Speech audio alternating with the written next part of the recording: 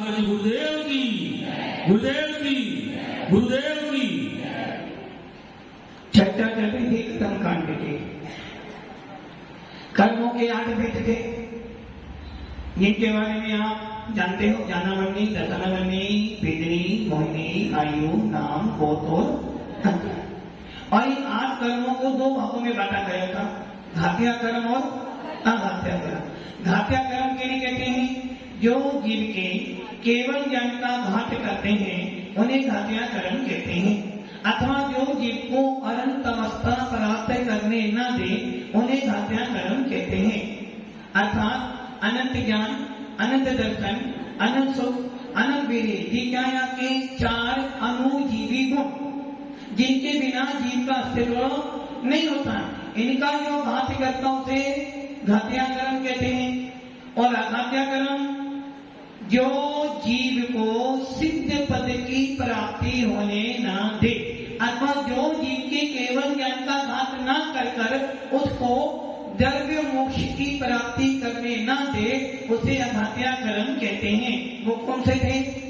नाम, गोत्र, वेदनी और आयु। इस प्रकार इन 8 कर्मों को 2 भागों में बांटा गया था। ज्ञानावनी के बारे में आप जान चुके हो, दर्शनावनी के बारे में अच्छी तरह से चर्चा हो गई। मोहिनी कर्म सबसे बलवान था, जिसको आपने अच्छी तरह से समझ लिया है कि पर वस्तुओं में जो हम परिणति करते हैं वो हमारा मोह है, और इस मोहिनी कर्म के कारण ही हम संसार में परिभ्रमण करते हैं। और अंतराय कर्म क्या करता है, अब इसकी चर्चा बाकी है। ज्ञानावनी हो गया है, दर्शनावनी हो गया है, वेदनी हो गया है, मोहिनी हो गया है, और आयु के बारे में भी चर्चा हो गई थी और नामकरण चल रहा था। आयु, आयु किसे कहते हैं? आयु और नाम में क्या अंतर था? आयु जीव को एक भव में रोके रहती है। जिस प्रकार किसी जीव को सांकल या रस्सी से बांध दें तो वो जीव अपनी इच्छा से आगे गमन नहीं कर सकता है, वैसे ही आयु कर्म ने क्या किया? आपको उस भव में जो रोके रहे उसे आयु कर्म कहते हैं। वो 4 प्रकार का था, नरक आयु, तेज आयु, देवायु और मनुष्य आयु। गति बंद, आयु बंद। गति बंद कितनी बार होता है जीवन में? आयु बंद कितनी बार होता है जीवन में? 8 बार अवसर मिलता है। जीवन में 8 बार अवसर मिलते हैं, और इन 8 अवसरों में यदि आयु बंद कर लिया तो ठीक, नहीं तो मरण नहीं होगा। जब तक आयु का बंद नहीं होगा आपका मरण होने वाला। और अभी आयु बंद ना हो, ऐसा हो सकता है कि आपको आयु बंद ना हो? क्या संसार में ऐसा कोई जीव है जिसको आयु बंद ना हो? अमित जी, क्या कोई ऐसा जीव भी संसार में जिसको आयु बंद नहीं होता है? ऐसे भी जीव है जिनको आयु बंद नहीं होगा। अनंत भगवान जो 13वें 14वें गुणस्थानवर्ती जीव है उनको आयु बंद नहीं होगा। यदि उनको आयु बंद होगा तो उन्हें पुनः संसार में आना पड़ेगा। इसलिए ऐसे भी जीव है जिनको आयु बंद, वो कौन से जीव होंगे? केवल भगवान 13वां 14वां गुणस्थान। अथवा ये कहते हैं जो जीव समस्त कर्मों का विनाश कर रहे हैं, जो जीव छपत श्रेणी पर चढ़ रहे हैं, जो जीव मोहिनी कर्म का सर्वथा विनाश कर रहे हैं, जो जीव 4 घात्या कर्मों का विनाश करने में लगे हुए हैं, ऐसे जीवों को आयु का बंध नहीं होता है। क्यों नहीं होता? क्योंकि जब तक आयु बंध चलता रहेगा तब तक कोई ना कोई जन्म मरण, जन्म मरण, जन्म मरण होता रहेगा। और यदि जन्म मरण करते रहेंगे तो फिर कोई मोक्ष में नहीं जाएगा। इसलिए आयु बंध सभी जीवों को होता है। किन जीवों को? पहले गुणस्थान से लेकर 7वें गुणस्थान तक आयु बंध होता है। 7वें गुणस्थान के ऊपर आयु बंध नहीं होता है। यदि किसी ने आयु बंद कर लिया है, 2 प्रकार के जीव होते हैं। एक होते हैं जो कर्मों को दबाते हैं, एक होते हैं जो कर्मों को जड़ से नष्ट कर देते हैं। जो जीव कर्मों को दबाते हैं, अर्थात जो जीव 11वें गुणस्थान तक जाते हैं, वो आयु बंद कर और जो जीव सीधे केवल ज्ञान को प्राप्त करते हैं वो आयु बंद नहीं करते, तुमको मोक्ष में जाना है। अब आयु बंद कितनी बार होना है जीवन में? 8 बार। गति बंद कितनी बार होना है? निरंतर।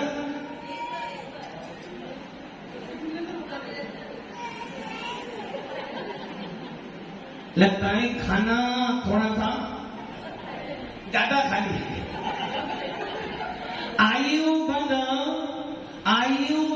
तो जीवन में तुम्हारे एक कितनी बार होना आयु बंद आपको जीवन में? कितनी बार होना है? कितनी बार होना है? आयु बंद कितनी बार होना आपको? अक्सर कितने मिलेंगे? उदाहरण के देखो, आपको 6 बॉल मिली है और 6 बॉल में आपको 10 रन बनाने, क्या करोगे आप? आपके पास ऑप्शन कितने हैं? 6 बॉल और रन कितने हैं? 10। क्या करोगे? या तो 2 छक्के मारो, सही है ना, या फिर हर बॉल पर 2 रन लो तो 12 होते, अथवा 2 चौके, 2 बॉलों पर 2 बॉलों पे 1 रन लो, 3 बॉल। अब आपके पास ऑप्शन 6 बॉल है, रन बनाने में 10। अब आपका निर्भर करता है कि आप कैसे बनाओगे, और ऐसा भी हो सकता है कि 9 बॉल हो जाए तो। किंतु आयु कर्म के लिए क्या मिला आपको? 8 बॉल है। 8 कितनी बॉले हैं? 8 बॉल है। और यहाँ पर आउट नहीं हो सकते हो, यहाँ पर आउट हो सकते हो, यहाँ पे 9 बॉल मिलेगी या 22 बॉल मिलेगी, 8 ही बॉल है। और इन 8 बॉलों पर आपको क्या करना है? एक बार। कितनी बार? आयु बंद कितनी बार करना है? ये 8 बार करना है। अभी मान लो आपने पहली बार में पहली बॉल मिली, पहला अवसर आया और आपने आयु बंद कर ली, तो दूसरे अवसर पर आयु बंद करोगे नहीं करोगे? हो भी सकता है। आयु बंद तो एक बार हो गया ना, अब उस आयु बंद में आपका कम अधिक कम अधिक कम अधिक बढ़ा सकते हो ना, कम भी तो कर सकते हो ना भाई। आयु कर्म कितनी बार बदलना है आपको? पूरी कितने जीवन में? जीवन भर में एक बार बनेगा। एक भव में 8 बार अवसर मिला, और उन 8 अवसरों में आपने पहले बार में, दूसरी बार में, तीसरी बार में, चौथी बार में, 5वीं बार में, 6वीं बार में, 7वीं बार के अवसर को आपने खाली 2 बॉल दी सारी। अब 8वीं बॉल आया, 8वां अवसर है, क्या करोगे अब? अति 8वें अवसर पर आयु बंद ना हो तो मरण नहीं होगा ना। तो अब ये सोचो, आपको आयु बंद करना है या नहीं करना है? देखो, आयु बंद करोगे तो मरना पड़ेगा, और आयु बंद नहीं करोगे तो हाँ जी धनपाल जी, आयु बंद होने पर क्या वो मरण करना पड़ेगा, और आयु बंद नहीं हो तो खत्म हो जाएगा ना। तो क्या करना आपको बताओ? वकील साहब क्या करोगे? आयु बंद करोगे या नहीं करोगे? करोगे तो मरण करोगे। मरण, जिसका आयु बंद होगा उसे मरण करना ही पड़ेगा, और जिसको आयु बंद नहीं होगा उसको मरण, वो सीधा निर्वाण की प्राप्ति कर लेगा। तो 8 अवसर मिले थे, 8 अवसर में यदि आपने आयु बंद नहीं किया तो मरने से अंतिम समय पहले, अर्थात अंतिम अंतर मुक्ति में आपको आयु बंद हो निश्चित। किंतु किनको आयु बंद हुआ? जिनके कर्मों का भार अभी बहुत सारा पड़ा हुआ है। इसलिए 8 अवसर मिले थे, इन 8 अवसर में यदि एक बार आयु बंद कर लिया तो से 7 अवसरों में आप अपनी आयु को बढ़ा भी सकते हो और कम भी कर सकते हो। किंतु ऐसा नहीं हो सकता कि आपने बहुत खोटे परिणाम किए और आपने नरक आयु का बंद कर दिया। नरक आयु का बंद किससे होता है? भगवान परिवेशन नाटक से बहुत अधिक आरंभ, बहुत अधिक परिग्रह जमा करना और अपने परिणामों को गंदा करना, इससे नरक आयु का बंद कर दिया। अब आप महाराज के पास है, महाराज के पास बैठने लगे, अभिषेक करने लगे, दान देने लगे, स्वाध्याय में रुचि बढ़ गई। अब आपके भाव बन रहे हैं, कौन सा भाव बन रहे हैं? अब मैं मुनि बन जाऊं, मैं माता जी बन जाऊं। चलो अभी 2 प्रतिमा दो, कम से कम 2 प्रतिमा दो। क्या कौन ले 2? कौन सी आदि आप तुम्हारे स्वामी? उषा जी घर में कुआं है, घर में चक्की भी है, तो ले सकती हो। नहीं, गुरुदेव तो भारी रहते हैं, नियम को भारी पालन किया जाता है और इतनी सामर्थ्य तो आपके अंदर है कि आप भारी पालन। अब आपके भाव बने में 2 प्रतिमा ले लो और भाभी बनाए, किंतु जो पीछे को नरकाई मांग के लाए थे ना, अब आप सोच रहे हो भाई मेरे परिणाम अच्छे बन रहे हैं, अब वो नरकाई छूट जाए तो नहीं छूट सकती। छूट सकती है, छूट सकती है। अच्छे परिणाम, गंदे परिणाम बनाए तो नरकाई को बंद कर लिया, और गंदे परिणाम बनाते बनाते बनाते मुनि राम का सानिध्य मिल गया, उपदेश सुना, सिद्धांत पढ़ा, मूलाचार पढ़ा, और अब भाव बन गए कि अब तो बस डॉक्टर साहब को अब तो माता जी बनना ही बनना है, अब तो माता जी बनना है। अब 2 प्रतिमा लेकर जाऊंगी, माता तो बनना ही बनना है। अब तो आपकी वो नरकाई छूट सकती है हो सकी तो आप क्या हो गया?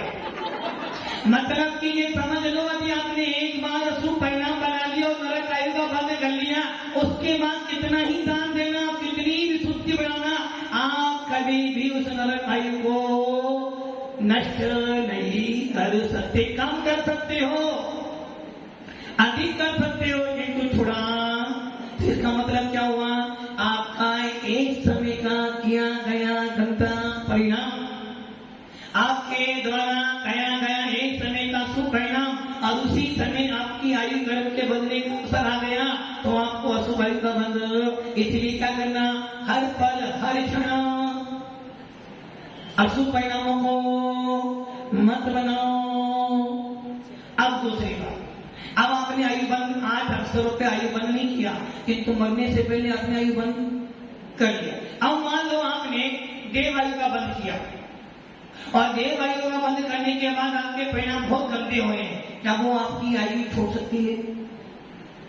जब आपने अच्छे परिणाम बनाए थे, जब आपको बेमानी देवों में पद मिल रहा था, और आपने क्या करा? बाद में गंदे परिणाम बने तो कहां चले गए? भवनेत्रिक में या स्वर्ग में गए तो सही, बाजा बजाने वाले बन गए, हाथी बन गए, घोड़े बन गए, अब होते रहो भुजा। इसलिए आयु बंद एक बार बनता है, एक भव्य में, और बन जाने के बाद कभी छूटने वाला नहीं है। गतिबंध, गतिबंध निरंतर चलता चला जाता है, उसके लिए कोई नियम नहीं। और गतिबंध अभी बैठे हो, प्रवचन सुन रहे हो, उपदेश सुन रहे हो, भाव अच्छे बन रहे हैं, और मन में भाव आ रहे, चलो अपन तो छोड़ो, चलते महाराज के साथ, भाव बहुत अच्छे बन रहे हैं, कोई रोकने वाला। किंतु जैसे ही देव गति का बंद करा, घर गए, स्वामी जी ने कुछ बोल दिया, तुरंत ज्वालामुखी बन गई, नरक गति का बंद कर लिया। तो गति बंद तो बनता है, छूटता है, बनता है, छूटता है। तो आयु बंद यदि एक बार बंद हो तो छूटने वाला, तो आयु में नाम में क्या अंतर हो गया? नाम कर्म हमारे परिणामों को बदलता रहता है, और आयु कर्म उस भाव में हमें रोके रखता है। इसलिए आयु कर्म बलवान है, नाम कर्म इतना बलवान नहीं है। अब चर्चा कर रही थी कि नाम कर्म किसे कहते हैं। नाम कर्म कितने व्यक्ति? 93 व्यक्ति।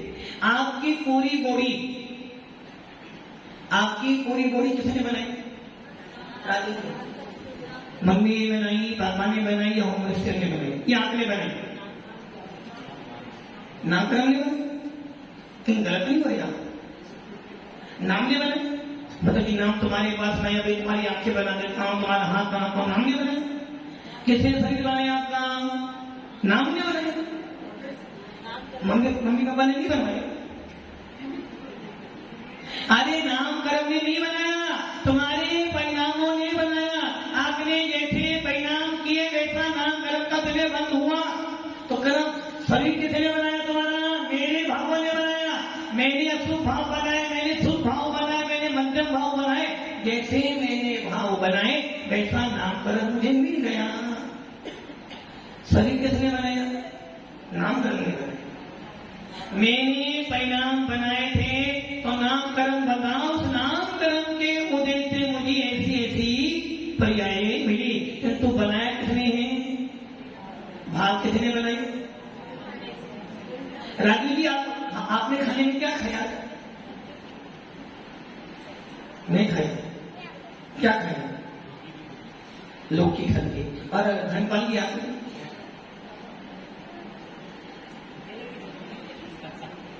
अच्छा, अब आपको केला क्यों नहीं मिला? ये भी नामकरण ही है, जो कि आपको योग्य भोजन पानी मिलना भी तुम्हारा नामकरण है। तुम्हारा पुण्य तो होना चाहिए। एक व्यक्ति को बहुत सारी चीजें तो रखी है, किंतु शरीर में डॉक्टर ने कह दिया है ज्यादा भोजन करोगे तो बीपी और हाई आपको करना नहीं, लो करना नहीं। तो इसलिए नामकरण क्या करता है? जीव जब ये नामकरण को बांधता है तो नामकरण तुम्हारे पूरी बॉडी का एक एक पार्ट बनाता है। अब आप ये विचार कर लो, 8 कर्मों में से एक नामकरण ऐसा जिसने तुम्हारी हर बॉडी का पार्ट बनाया है। डॉक्टर के पास जाते हो, डॉक्टर कहता भाई इसका हार्ट बहुत मजबूत है। किसने बनाया? मेरे ही नामकरण ने बनाया। तो ये समझ लो, आपकी आंखें तो हैं, आंखों में रोशनी किसने खराब कर दी? आपके नामकरण। तो आपकी पूरी बॉडी किसने बनाई?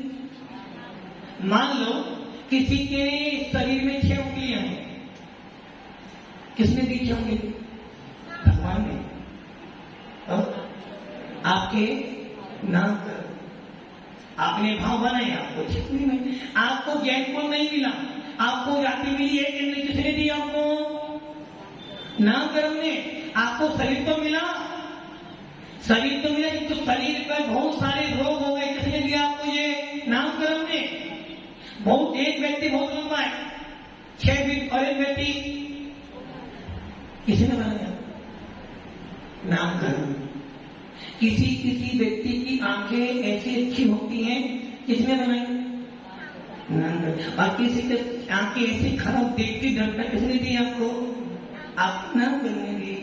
बहुत से लोग हमसे प्रीति करते हैं, चेहरा तो बहुत काला है, मोम भैया जी चेहरा बहुत काला है, इसका आता नहीं। चेहरा तो बहुत काला तो फिर भी लोग प्रीति करते हैं। और एक व्यक्ति बहुत बहुत बहुत बहुत सुंदर है, किंतु फिर भी लोग उससे प्रीति नहीं। किसने दिया? आपके नामकरण।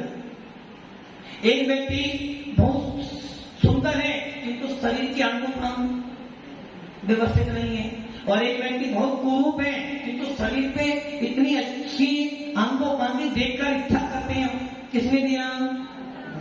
एक व्यक्ति जब भजन बोलता है तो सुनने के बाद कैसा लगता है? उमंग भैया बोले, सो काद्यमती जी बोले, सो लक्ष्मती जी बोले, सो रम्यमती बोले तो बहुत अच्छा लगता है। और हम जैसे बोले तो कान पूरा फट जाता है। कहां से मिला ये? किसने दिया? मतलब कि आप ये सोच लो, आपकी बॉडी का एक एक पार्ट आपके नामकरण ने दिया है। महाराज उसकी नाम बहुत सुंदर है, किसने दी? और बहुत बार क्या होता है, एक व्यक्ति तीसरी मंजिल से कूदा, वकील साहब कहां से कूदा? क्या हुआ? हड्डी टूटेगी, सही है ना? और हनुमान जी ऊपर से गिरे तो शिला पूरी टूट गई, क्या हुआ? किसने दिया? मम्मी जी ने सफाई करी, पैर फिसला, पत्थर टूट गया। और बहू रानी ने सफाई करी, पैर फिसला, हड्डी टूट गई। किसकी? मम्मी जी ने, आपकी। किसने दिया? नामकरण ने।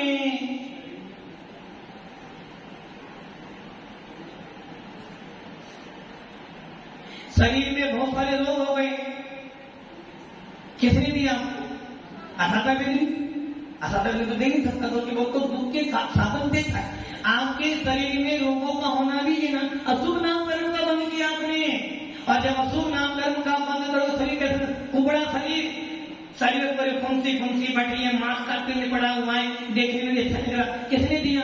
बहुत से व्यक्ति ऐसे देखिए पूरे शरीर तिल लगे हुए, अच्छा लगता नहीं, और किसी के शरीर पे तिल बहुत अच्छे भी लगते हैं। तो ये सब किसने दिया आपको? नाम कर्म ने। आपकी धातु जो खाते हो ना, क्या खाते हो? लौकी और केला आपने खाया। आप जो भोजन आज करते हो उस भोजन से 7 प्रकार की धातुएं बनती हैं। कितनी धातु बनती हैं? शरीर में क्या है? आपने गुलाब जामुन खाया, वो क्या बनेगा अंदर जाकर? ओसा जी गुलाब जामुन कल खाया था, क्या खाया था? दूध तो पिया था ना? दूध पिया था ना? अच्छा दूध पिया तो वो क्या बना शरीर में जाने के बाद? मामा बन गए। तो क्या बना? सप्त धातु बनी, 7 धातु बनेगी। अर्थात आपके शरीर की धातुएं में खून, रस, खून, हड्डी, मांस, मज्जा, मेद, शुक्र, ये सब किसने बनाया? नाम कर्म ने बनाया। बात पित्त कब किसने बनाया? नाम कर्म ने बनाया। जो भोजन आपने आज किया उनसे 7 धातुएं बनती। कितनी? 7 धातुएं किसने बनाई? जो भोजन आपने आज किया उससे 7 धातु बनेगी। डॉक्टर कहता है ना खून कम है, किसमें? आत्मा में नहीं, शरीर में। किसी में खून ज्यादा हो गया, भैया पतला खून का रखना, डॉक्टर बोलता है ना, और कहीं खून ज्यादा है। ये किसने बनाया? नाम कर्म ने। क्योंकि आपने वस्तु खाई वो परिवर्तित हुई, और किसी में बिल्कुल भी खून नहीं होता है। किसने कहा? ये नाम कर्म ने। तो आपने जो भोजन आज किया है वो भोजन 7 धातु में खंडित होता है, और पूरी के पूरे आज का किया हुआ भोजन जब 7 धातु बनते तो पूरे का पूरा 1 महीना लगता है। कितने महीने लगते हैं? अभी आपने यहाँ गुलाब जामुन खाया है तो वो 7 धातु में परिवर्तित होगा। कितने महीने में? 1 महीने में। 1 महीने में 7 धातु बनेगी आपके। अर्थात एक धातु के बनने में कितने दिन लगे? 7 धातु के बनने में 30 दिन लगते हैं। तो एक धातु के बनने में कितना समय लगा? 4 दिन, और दूसरे दिन का 7वां भाग। जब एक धातु बनेगी, और सबसे पहले कौन का? रस था। सबसे पहले रस, फिर खून, फिर मांस, फिर हड्डी, फिर मज्जा, फिर मेद, फिर शुक्र। ये 7 धातुएं बनती जो आपकी किसने बनाई? नाम कर्म ने बनाई आपकी। बहुत बार होता है कि 10 उपास कर लिए, 15 उपास कर लिए, फिर भी उस जीव के बाद में तो कब व्यवस्थित है? ये किसने दिया? नाम कर्म। और एक ऐसा भी जीव है, आज एक आसन करना है। क्या करना है? अमित भैया एक आसन करना है। शाम को पानी भी पिएंगे, दूध भी पिएंगे, और पानी दूध पेट कर लिया, किंतु रात में जब सोए तो चलायमान हो गए। परिणाम किसने कर दिए? नाम कर्म ने कर दिए। एक व्यक्ति ऐसा दिन भर खाता फिर भी पित्त बढ़ता रहता है, किसने कहते? नाम कर्म ने। और एक व्यक्ति ऐसा एक टाइम खाता है फिर भी। तो आपकी पूरी बॉडी के पार्ट किसने बना दिए? नाम कर्म ने। आपको शरीर कौन सा मिला? गोरा। और उमंग भैया को कौन सा मिला? कौन बोला था? अमित भैया समझ के है ना, माइक उनके पास ही आने वाला है। अब छोटा देखो, हमारे छोटा भी एकदम खाते पीते। तो किसने बनाया? नाम कर्म ने। एक व्यक्ति ऐसा है दिन भर खाता है। काजू जी ये भी नाम कर्म कर रहा है। ये अंतराय कर्म बढ़ेगा, अंतराय।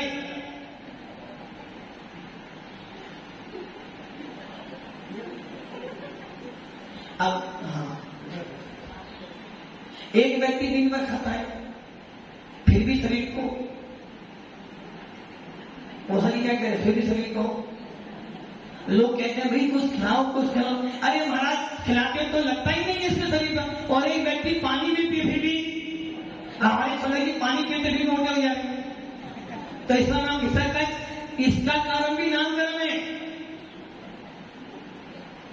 एक व्यक्ति दिन भर खाता है फिर भी कहते हैं डॉक्टर फिर भी उसका शरीर नहीं होता, इसका कारण क्या है कि कहीं ना कहीं उसका नामकरण खराब है। और एक व्यक्ति पानी भी पिए फिर भी शरीर उसका फूलता था, पानी भी घी वाला काम करता है, और एक व्यक्ति घी पी तो पानी वाला काम, ऐसे शरीर होती बताइए। उपवास करने के बाद भी यदि कोई को लड्डू खिलाएगा तो 7 का लड्डू खा लेंगे। हाँ खा लेंगे, बता दो ना खा लेंगे। तो ये सारा काम किसका है?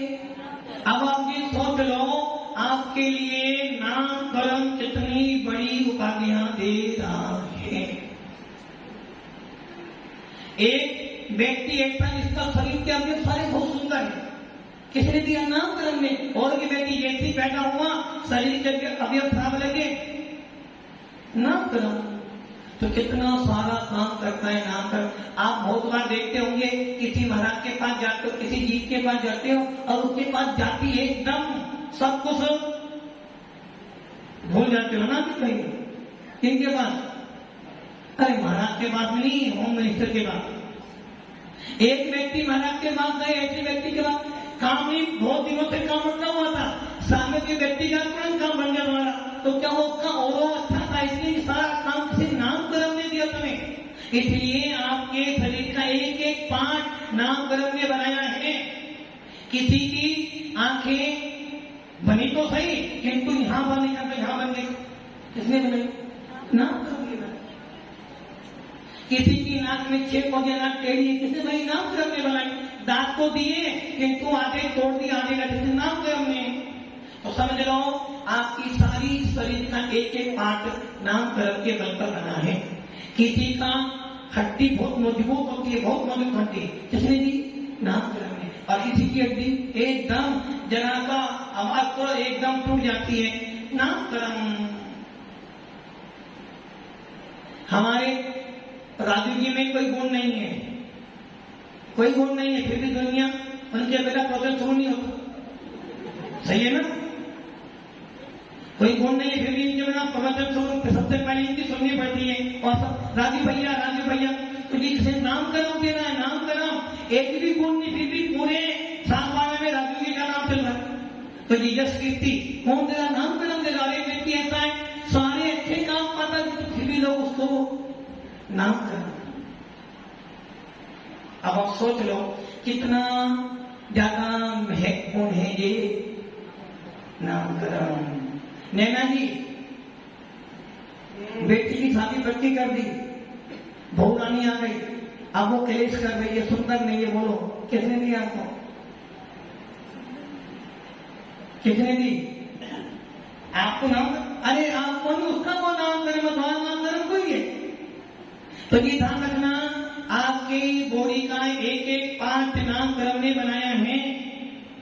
बहुत बार ऐसा किसी व्यक्ति की 4 उंगली होती है तो किसी ने भी नामकरण तुमने अशुभ नामकरण मांगा, और किसी व्यक्ति की 6 उंगली तो उसका भी नामकरण मांगा। ऐसा ही किसी की उंगली तो है किंतु नाखून ही नहीं आया तो ये भी नामकरण ने दिया। इसलिए ये नामकरण आपके शरीर का एक एक पार्ट बनाता है।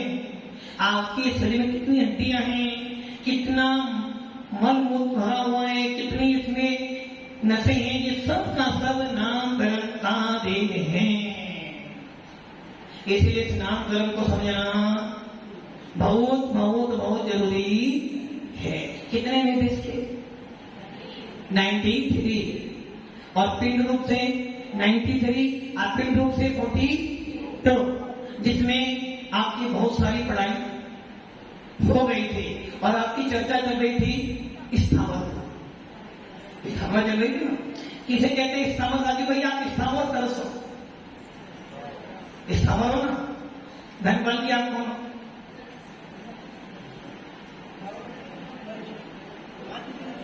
आप स्थावर हो, तरस हो, जो चलते फिरते वो स्थावर होते हैं।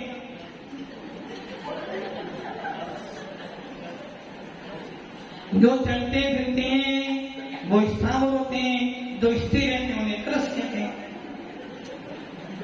राजू तो स्थावर है। अभी सुना था कल कि स्थावर कहने कहते हंसी जाती जाति, जति, जाति, शरीर, बंधन, संघात, सैनन, ये हो गए थे अंगोपांग आपके हो गए थे। अब आपकी बात चली थी स्थावर पर। स्थावर किन्हें कहते हैं? किन्हें कहते हैं? स्थावर नाम कर्म के उदय से जो पृथ्वी, जल, अग्नि, वायु, वनस्पति में जन्म लेते हैं स्थावर जीव कहते हैं। जिनकी एक इंद्रिय होते हैं स्थावर कहते हैं। तो राजू जी कौन हो? कौन? स्थावर। तो दो इंद्रिय, पांच। तरस और स्थावर, स्थावर किन्हें कहते हैं? स्थावर नाम कर्म के उदय से जिनके एक इंद्रिय, कौन सी इंद्रिय? रसना इंद्रिय। स्पर्श रसना नहीं होगी, क्यों? एक इंद्रिय होगी, कोई सी हो सकती है इंद्रिय। इंद्रियां कर्म से ही होती है, कर्म से। तो पहली इंद्रिय स्पर्श इंद्रिय। जिन जीवों के मात्र एक इंद्रिय जाति नाम कर्म के उदय से जिन जीवों को पृथ्वी, जल, अग्नि, वायु में जन्म मिलता उन्हें स्थावर जीव कहते हो। तरस जीव, जो जीव तरस नाम कर्म के उदय से दो इंद्रिय, तीन इंद्रिय, चतुर्ंद्रिय, पंच इंद्रिय में जन्म लेते उन्हें क्या कहते हैं? तरस जीव कहते हैं। इतना समझ में आ गया? इतनी चर्चा की चली थी। अब उसके बाद पृथ्वी, वनस्पति के भेद चल रहे थे। पृथ्वी के 4 वेद, जल के 4 वेद, अग्नि के 4 वेद, वायु के 4 वेद और वनस्पति के भी 4 वेद। और वनस्पति चर्चा चल रही थी तो उसके 2 वेद बताए थे। वनस्पति किन्हें कहते हैं? राजू जी, वनस्पति की कितनी इंद्रिय होती है? कौन सी? कैसे माना आपको? इस पर इंद्रिय कैसे मालूम पड़ी आपको? वो पेड़ खड़ा हुआ है, कौन सी इंद्रिय? कैसे मालूम पड़ेगा इंद्रिय? देखिए आपको, देखिए क्या? फिर कैसे कहते आपने इंद्रिय? कैसे इंद्रिय है? तो सुई मुई कोई हो एक इंद्रिय से मालूम कोई इंद्रिय है? जो कि उसको स्पर्शन दिख रहा, शरीर दिख रहा है ना भाई, उसका शरीर खड़ा और दारी शरीर है उसको भी। जो पेड़ खड़ा हो तो एक इंद्रिय, उसको एक इंद्रिय में स्पर्श शरीर खड़ा, वो शरीर जो है वो दिख रहा है शरीर, इसलिए वो स्पर्श इंद्रिय हो गई उसकी। आपकी इंद्रिय, आपकी स्पर्श इंद्रिय में बस वैसी पेड़ की भी कोई इस पर। तो वनस्पति 2 प्रकार की कौन कौन सी? साधारण वनस्पति और प्रत्येक वनस्पति। साधारण वनस्पति के कितने भेद? 2 भेद, नित्य निरोध और एक निगो। पेड़ साधना जी, आप कौन हो? साधारण हो प्रत्येक हो? साधारण में कहते हैं तो सिंपल रहते हैं। साधारण सामान्य, सामान्य में रहते हो साधारण। आप विशेष में आते हो, साधारण में आते हो। साधारण जी, साधारण में विशेष हो। साधारण में कहते हैं जो सामान्य रूप से रहते हैं, कोई विशेषता नहीं होते, उन्हें साधारण कहते हैं। और प्रत्येक होने कहते हैं जिनकी विशेषता होती है। तब कौन हो? कोई नहीं हो। क्या कहे राजू जी? क्या कहे? विशेष है। वनस्पति के 2 भेद, साधारण वनस्पति और प्रत्येक वनस्पति। साधारण वनस्पति उन्हें कहते हैं जिस एक शरीर के अनेक स्वामी होते हैं, उन्हें कहते हैं साधारण वनस्पति। प्रत्येक वनस्पति उन्हें कहते हैं जिस एक शरीर का एक ही स्वामी होता है, उसे प्रत्येक वनस्पति कहते हैं। धनपाल जी, दोनों में से आप कौन हो? प्रत्येक वनस्पति हो? प्रत्येक वनस्पति, प्रत्येक वनस्पति हो ना? वनस्पति के 2 भेद, साधारण और प्रत्येक। साधारण के लिए कहते हैं जिस एक शरीर का स्वामी अनेक जीव होते हैं साधारण वनस्पति कहते हैं। और प्रत्येक जिस एक शरीर का एक स्वामी होता है उसे प्रत्येक वनस्पति कहते हैं। तो धनपाल जी कौन हुआ? प्रत्येक वनस्पति। अमित भैया कौन हो? प्रत्येक वनस्पति हो? हाँ जी, नहीं इनसे नहीं, तुमसे ही पूछा। हाँ, इनका नाम ही नाम से पंकज जी, जगह वहां नाम है। हाँ पंकज जी, साधारण वनस्पति हो प्रत्येक वनस्पति हो? ये दोनों तो बैठे हैं। चलो भैया, साल पढ़ा में नया इतिहास बन गया है। कल के न्यूज़पेपर में यही उसमें नंबर आएगा कि पंच इंद्रिय जीव की प्रत्येक वनस्पति होती है। उमंग भैया जी ये सूत्र डालना कि धनपाल जी और अमित भैया की प्रत्येक वनस्पति है और प्रत्येक वनस्पति की 5 इंद्रियां होती हैं। राजू जी आप कौन हो? कोई नहीं। प्रत्येक वनस्पति सदागर वनस्पति अपना प्रत्येक वनस्पति और सदागर वनस्पति हम पंच इंद्रियां। हाँ, हमारे प्रत्येक नामकरण का उदय है, क्योंकि हमारे शरीर का स्वामी आपका स्वामी कौन है?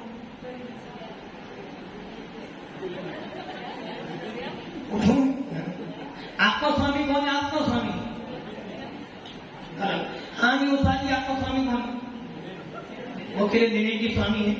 दिनेश जी स्वामी नहीं है, सब जानते हैं। बैंड बाजा लगे लाए तुम्हें तो स्वामी तो तुम्हारे दिनेश जी है ना। हाँ जी, ये कहाँ गए? संतोष जी कहाँ गए? कौन है संतोष जी? लेना कि आपका स्वामी कौन है? फिर बम्बई में कौन है?